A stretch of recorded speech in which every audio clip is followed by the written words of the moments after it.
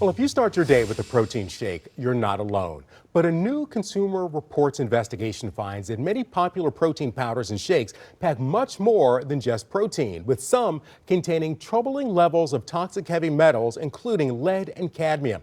Investigators with Consumer Reports tested 23 of the nation's top-selling products, everything from vegan blends to whey-based shakes, and more than two-thirds contain more lead in a single serving than experts say it's safe to consume in an entire day.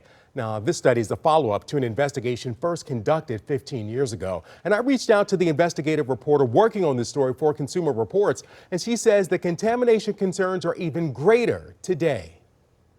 And we were really surprised to learn that not only has the problem of contamination with heavy metals like lead gotten worse since we last tested these powders, but it seems to be kind of more omnipresent.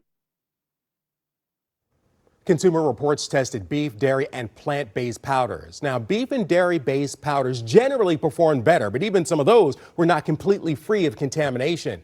Plant-based protein powders showed much greater contamination.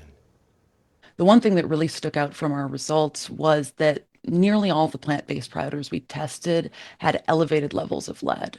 And plant-based powders as a category were on average, they had about 9 times as much lead as dairy-based powders and twice as much as beef-based ones.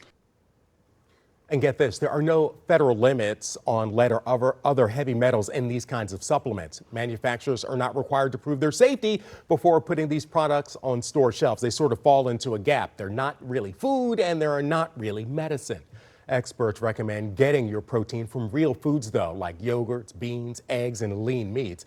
We'll put a link to that Consumer Reports study on our website, WXYZ.com. You know, a lot of people who are consuming those protein powders, they're trying to stay healthy, and then you hear this report, and it's really unnerving. When Consumer Reports first did this study, it was 15 years ago. People who were using protein powders were generally like bodybuilders and people trying to put on weight. Now, it's widespread. Regular folks are using them, and there's more lead at this point, so it's even greater concern.